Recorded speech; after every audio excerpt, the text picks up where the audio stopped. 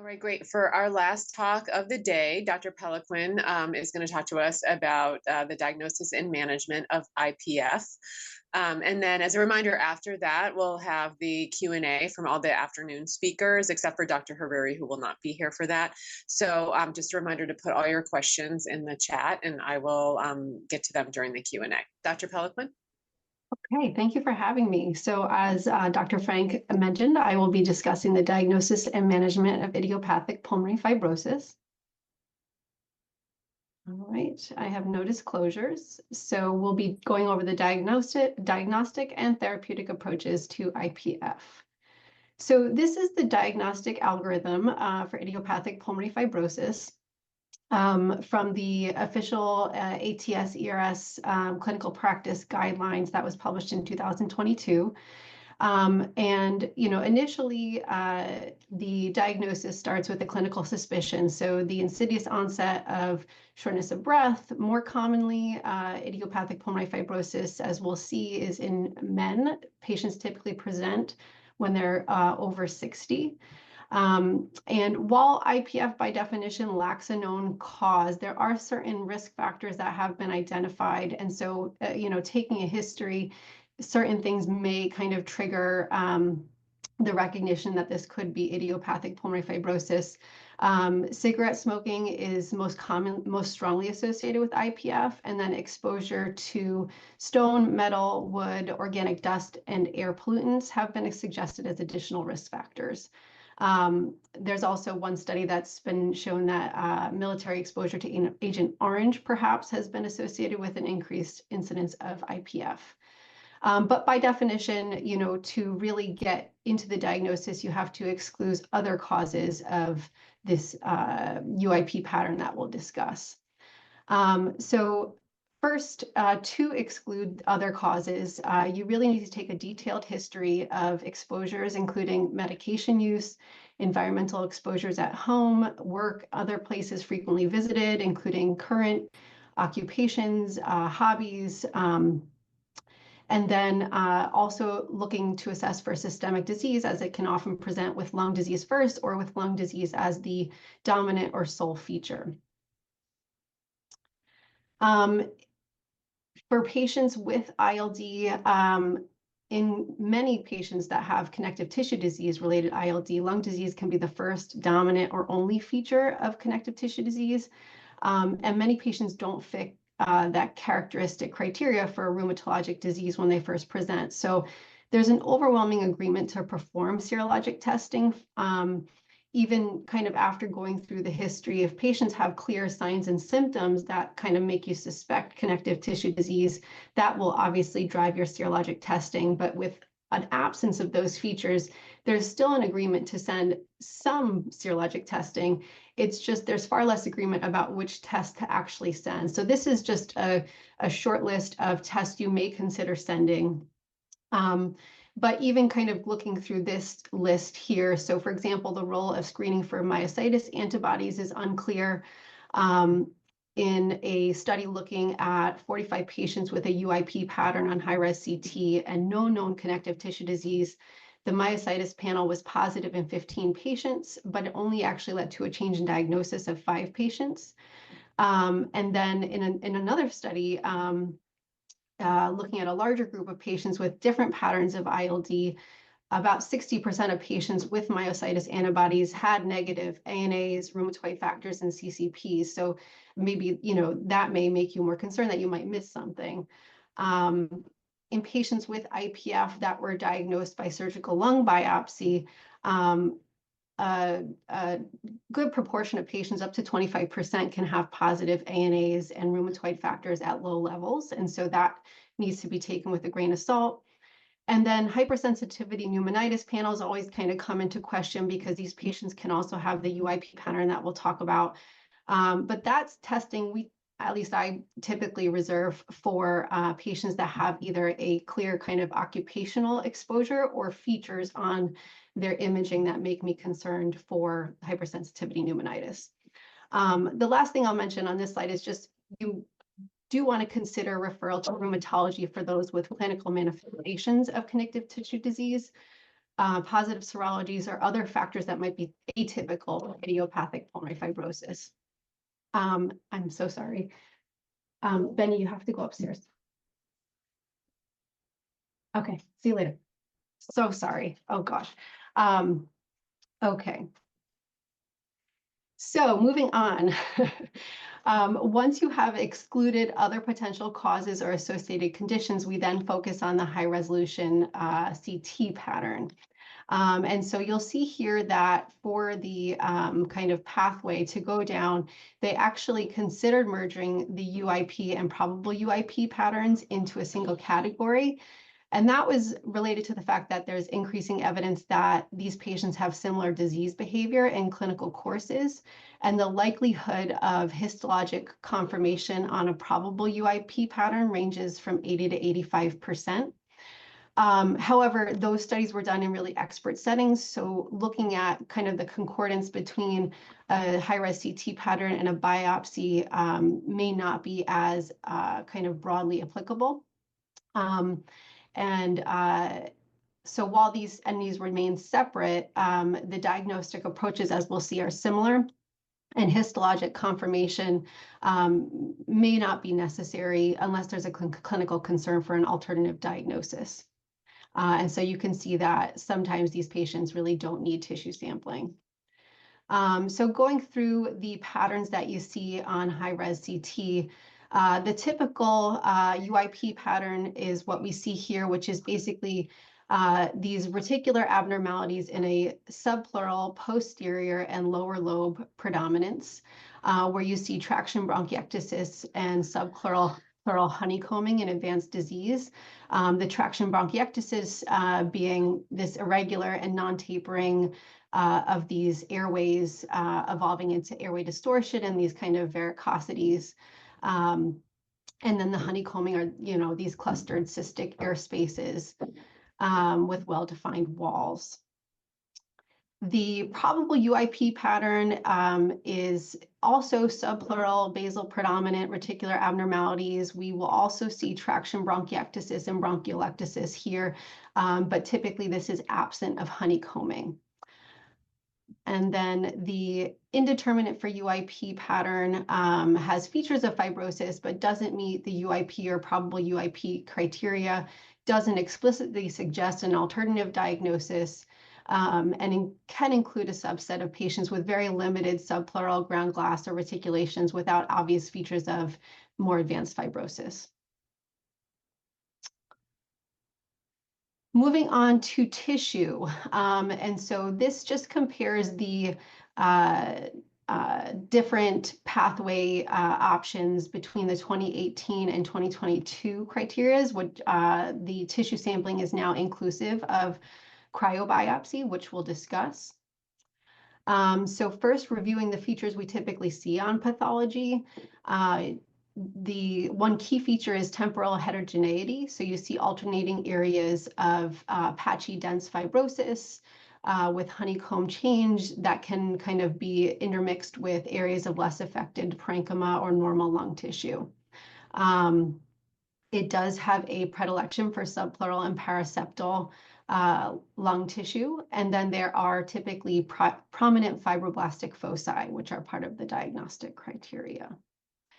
So how do we get the tissue? Transbronchial cryobiopsy is becoming more prominent, which is a procedure involving cryoadhesion between the frozen tip probe and adjacent lung parenchyma with bronchoscopic extraction of small tissue specimens. So this data is from one of the initial studies, cold ice, looking at a prospective multi-center study, the diagnostic agreement between cryobiopsy and surgical lung biopsy. So they took patients with ILD and did the procedures sequentially. So they found that the agreement between cryobiopsy and surgical lung biopsy was about 70%. And after using the tissue in the context of a multidisciplinary discussion, it increased to 77%. We found that the agreement between diagnosis improves with more samples. So if you look here, the diagnostic yield was 80%, varied by sample number, increased to 85% when more than 3 samples were taken. And so the conclusions of this study was that when high confidence diagnoses were obtained, a surgical lung biopsy actually added minimal additional diagnostic value. And so this is a good alternative option for obtaining tissue in these patients. The implications of this in the context of UIP are a little bit limited because, as we just mentioned, the diagnostic criteria is that this is a predominantly subpleural or paraseptal fibrosis. And so the nature of doing a cryobiopsy is that you typically avoid these peripheral structures such as the pleura in order to do the procedure safely. And so that makes the confirmation of this being a predominantly subpleural and paraseptal distribution of fibrosis difficult. And so they actually looked at the data again and did a secondary analysis and found that if you compare the tissue from the cryobiopsy that correlated with the surgical lung biopsies as UIP pattern, and you remove the criteria of having it need to be subpleural for a definite UIP pattern, then you could still come to the conclusion that this was a UIP diagnosis. So perhaps the histopathologic criteria for UIP in diagnosing IPF may need to be adapted for cryobiopsy to allow pathologists, pulmonologists to be more confident in their diagnosis. So how should we incorporate cryobiopsy?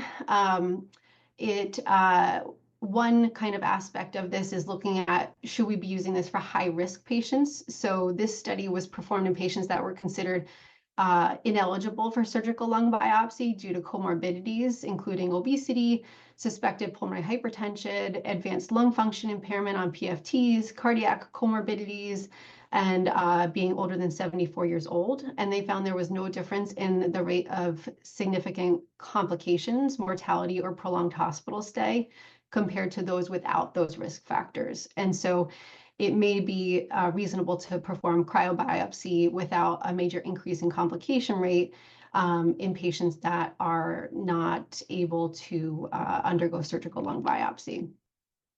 Another way to incorporate it would be looking at a step-up strategy. So this was recently published. This is the first randomized trial studying the step-up strategy of you doing a cryobiopsy, and if it was not diagnosis, then going to a surgical lung biopsy versus doing immediate surgical lung biopsy for diagnosing ILD.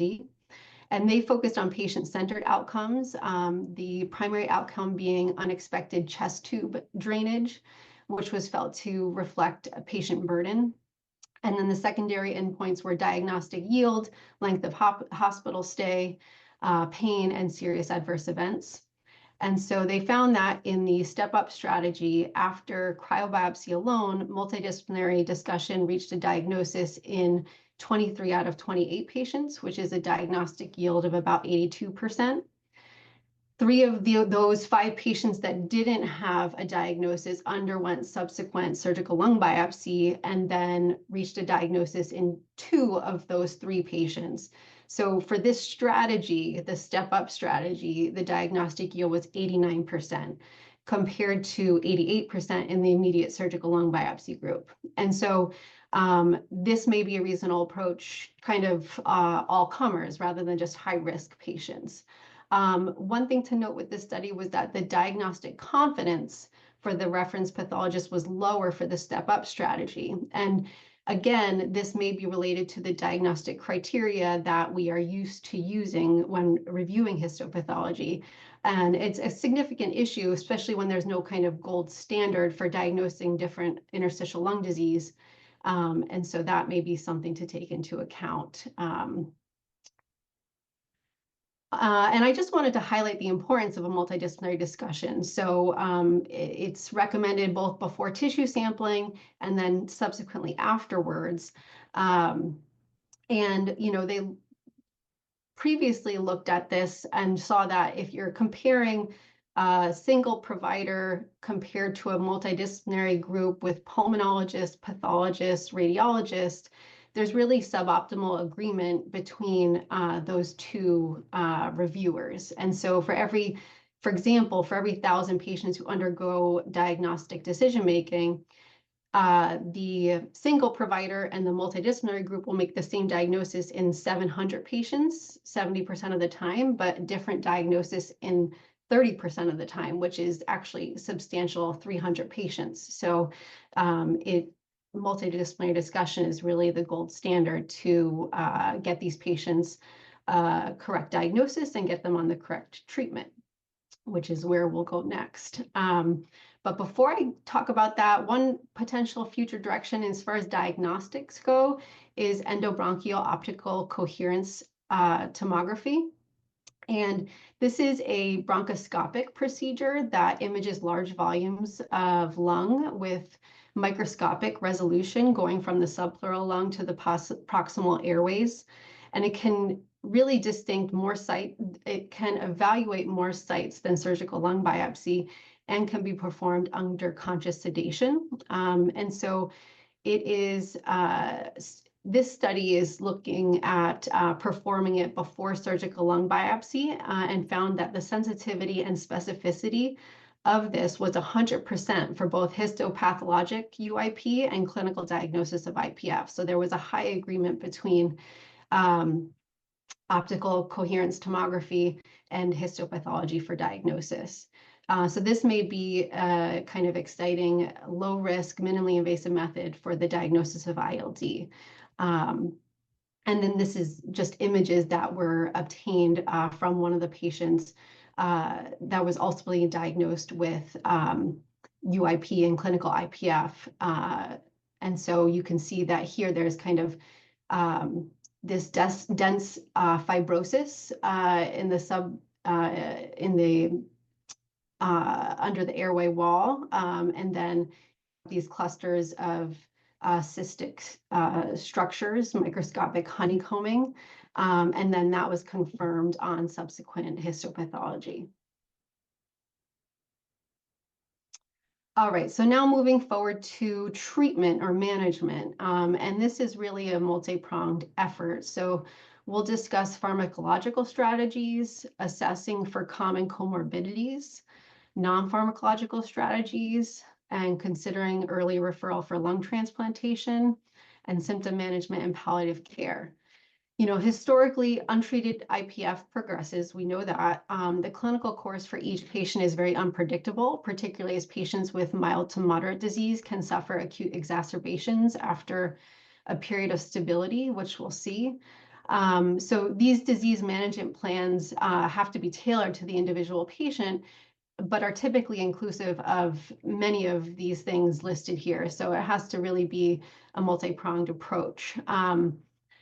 Now, talking about medications, there's really no medication has been found to cure IPF, but we'll focus on initially nintedanib and pirfenidone that have been shown to slow progression. And we'll go through this data.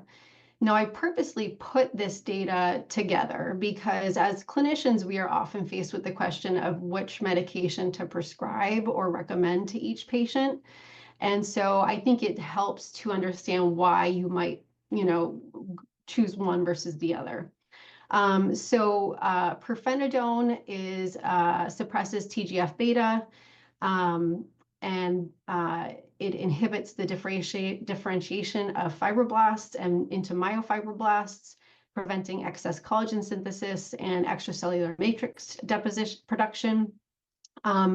There were 3 trials initially for pirfenidone, one in Japan, 2 multinational, which are the capacity studies. And in capacity, the primary endpoint was met in the first one, but not in capacity 2. So the US requested an additional trial to support the approval of pirfenidone, which is the ASCEND trial that we see here. And then nintedanib is a receptor blocker for multiple tyrosine kinases that mediate fibrogenic growth factors. And the main studies we'll look at are Impulsus 1 and 2, which were randomized, double-blind, placebo-controlled parallel group trials. looking at nintedanib versus placebo. So first, were these patients like my patients? You'll see here, so these first two trials are kind of group some of the Impulsis data, and then this is the Ascend column for pirfenidone. These patients were mostly over 65, mostly male. The majority were former smokers. You see here that looking at the FVC and DLCO that they generally have mild to moderate disease. The high-res CT findings needed to be definite or probable UIP, the latter of which was typically confirmed with surgical lung biopsy, 20 to 30% undergoing surgical lung biopsy. And what benefits to expect? So this is for pirfenidone. The primary endpoint they looked at was change in FVC or death at week 52. And they found that the proportion of patients who had a decline of 10% in FVC or who had died was reduced by 50% in the pirfenidone group. And then also looked at the change in FVC itself.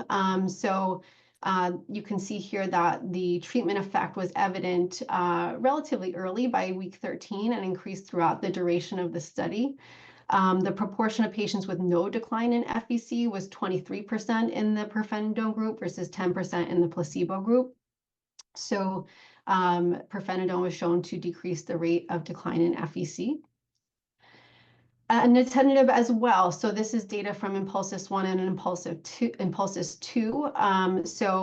Nintedanib had a significantly lower adjusted annual rate of change in FVC, as you can see here, and then a significantly lower change in baseline FVC over time. Again, the curve separated early and continued to diverge over time.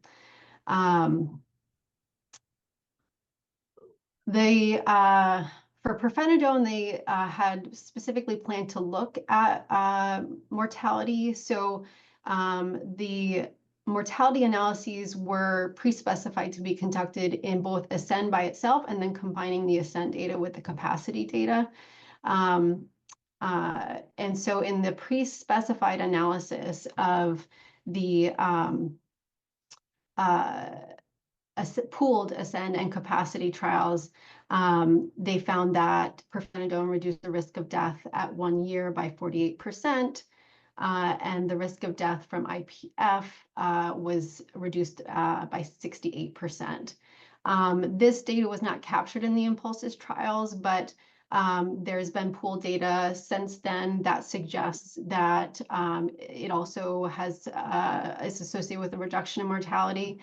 And then there's a lot of correlation between what we know about lung function decline and mortality in IPF that has been well described. And so a lot of studies using FVC as a surrogate have really shown that a decline in FVC at even marginal levels of 5% per year have been associated with increased mortality compared with stable findings. So the correlation is felt to be that antifibrotic reduction in rate of FVC decline should therefore also suggest theoretically improved mortality or long-term survival. How will it make me feel? So this first column is looking at the side effects of nintedanib. You get predominantly GI side effects, diarrhea, nausea, decreased appetite, vomiting. And then pirfenidone has a little bit of a different side effect profile, a little bit more upper GI with nausea, dyspepsia, anorexia, and vomiting, and then as well as skin rash or photosensitivity.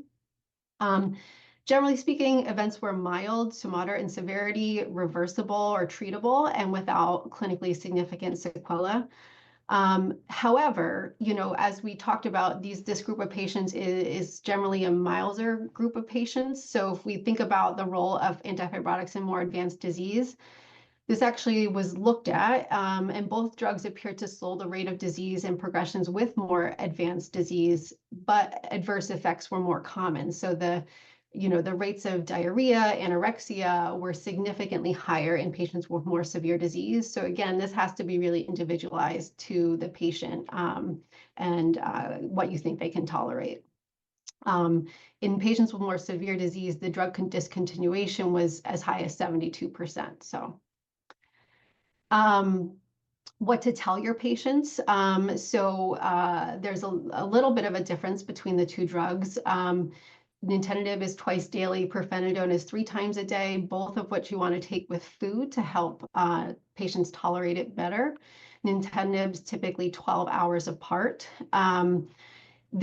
It hasn't been studied, but there are certain dietary changes that people can make that may help them tolerate these drugs better. Dose titration is predominantly for pirfenidone. However, for nintedanib, if you think that a patient may struggle with diarrhea, you can start it at a lower dose, 100 milligrams twice a day, and then increase to the 150 twice a day if they tolerate it. Side effects, as we mentioned, are common, but they may improve, and there are ways to manage them. So we can use antidiarrheals, antiemetics, and then for pirfenidone, we really advise people to limit sun exposure, use a lot of sunscreen. For both medications, we monitor liver chemistries both prior to and during treatment. But even in the studies, when LFTs rose in patients, if the drugs were stopped, all patients had reversible lab findings without clinically significant consequences. So, taking this all kind of in stride, this is often what guides medication choice for each patient, and really tailoring it to the patient's lifestyle, what medical conditions they may already have, and what medication you think they might be able to tolerate better.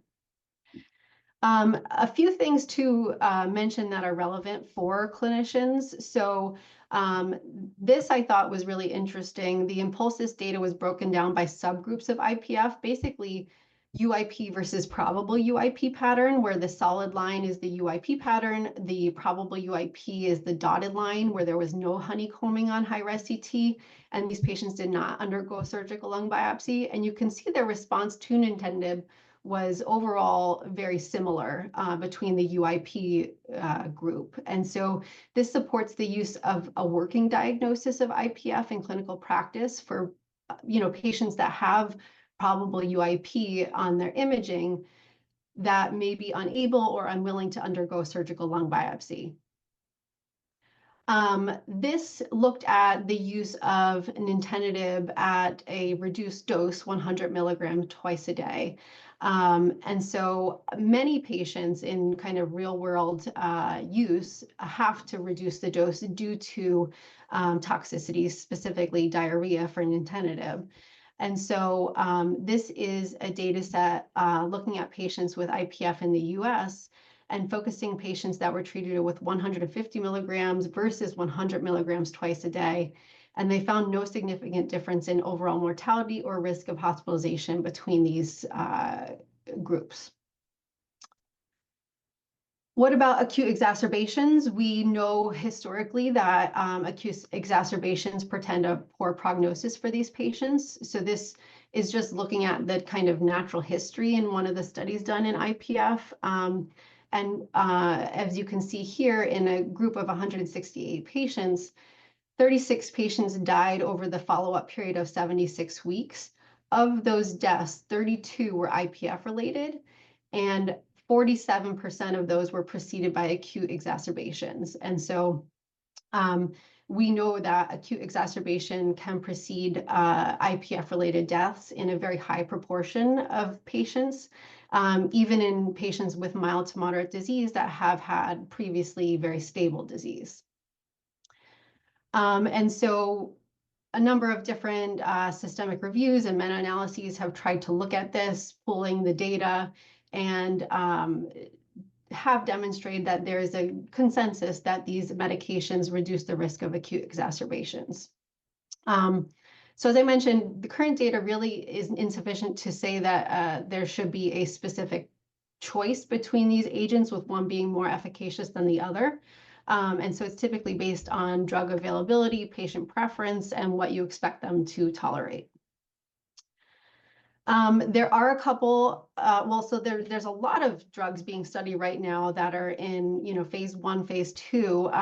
This is a very exciting development, a PDE4B inhibitor that is recently been, there was a press release saying that it met primary endpoints in phase 3 studies for both IPF and progressive pulmonary fibrosis, with the primary endpoint being the change in baseline in FVC at week 52 versus placebo.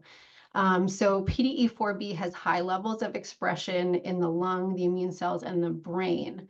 And it has been associated with both anti-inflammatory and anti-fibrotic effects via regulating cyclic AMP.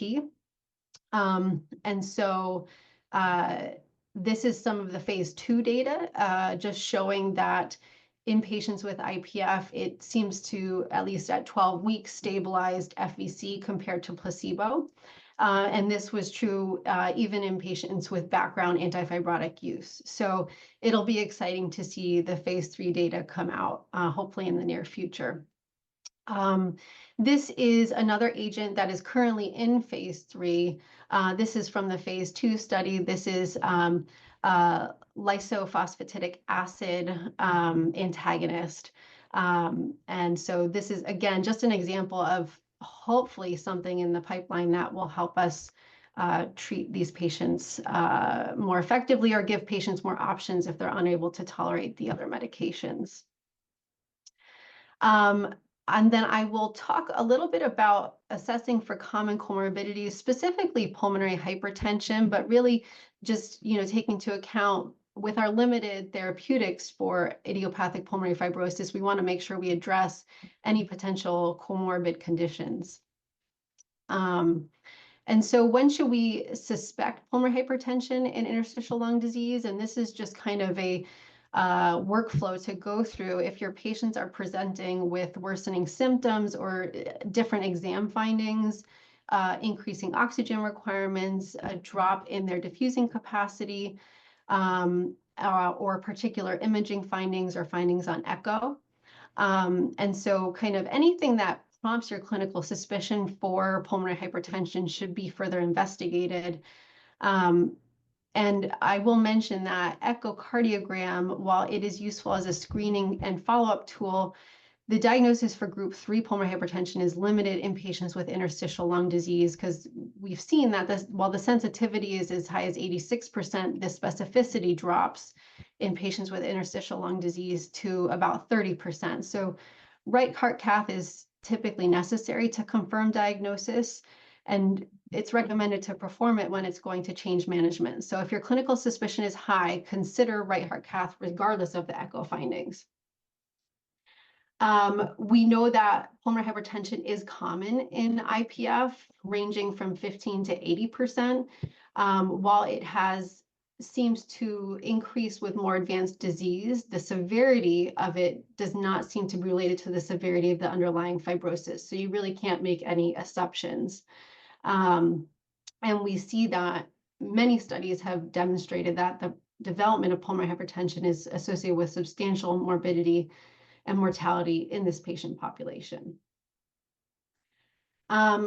I'll go through a couple of the studies looking at medication management in this patient population, but really this should be ideally done with a specialized pulmonary hypertension group. And so this is the STEP IPF trial looking at the use of sildenafil in 180 patients with IPF, and they tried to find patients that may be at higher risk for pulmonary hypertension by only including patients with a DLCO less than 35%. They found did not meet its endpoint of an improvement in 6-minute walk distance, but if they did a post hoc analysis looking specifically at patients with RV systolic dysfunction on echo, which again, not perfect, but they did find an improvement in 6-minute walk distance and SGRQ score in these patients. So in patients with RVSD present on echo. This led to the InStage trial, which looked at sildenafil in combination with nintedanib in patients with IPF. Again, it failed to meet its primary endpoint of change in quality of life. But one of the secondary outcomes did show that it had less decline in FVC. And so there is, at least in the European Society of Cardiology or ERS guidelines, sildenafil can be considered in these patients really on an individual basis. Inhaled treprostinil is the first FDA-approved drug for the treatment of ILD-PH. This is from the INCREASE trial, which is a 16-week RCT of inhaled treprostinil in patients with ILD, meeting its endpoint of change in 6-minute walk distance. There were a number of post-hoc analyses suggesting that one, there was less clinical worsening events in these patients over time. There was a long-term survival benefit. And one, potential exciting route was that there was a benefit in FVC, and this was most evident in patients with IPF. And then in an open label extension of this study, there were improvements in FVC that were sustained for at least 64 weeks. And then those patients that got placebo during the study and then switched to inhaled treprostinil also subsequently showed improvements in their FVC. So this actually inspired the TETON studies, which there was a recent press release noting that there was full enrollment of the phase 3 TETON-1 study, which is in US and Canada. And this is looking at the use of inhaled treprostinil for treatment of IPF. So that's something to look out for. Going through briefly, just to sum it up, because all of these different categories could really be a talk onto themselves. The supportive care is really similar to other patients with chronic interstitial lung disease, use of supplemental oxygen, recommending pulmonary rehab, educating patients about smoking cessation or vaccination, and then focusing on symptom management and palliative care, any concomitant anxiety, depression, and then early referral to lung transplantation is important to consider just because of this unpredictable natural history of idiopathic pulmonary fibrosis. So in summary, IPF remains a chronic fibrosing interstitial pneumonia of poor prognosis and unclear cause. Despite the refinement of IPF diagnostic guidelines, accurate diagnosis of IPF remains challenging. But an early accurate diagnosis is really necessary to avoid harmful therapies, including immunosuppression, and allow for early initiation of therapies that will hopefully slow the progression of disease, but also kind of identifying these early patients that may benefit from enrolling in clinical trials. And so the pipeline is exciting, a lot of drugs in phase 1, phase 2, but hopefully we'll get some information about some of these phase 3 studies in the next year or so. The current approaches to management are really multi-pronged with pharmacological treatment. Right now, it's mainly pirfenidone or nintedanib, treatment of comorbidities, non-pharmacological strategies to help support these patients and improve quality of life, and early referral for lung transplantation in appropriate candidates. Thank you so much for your time.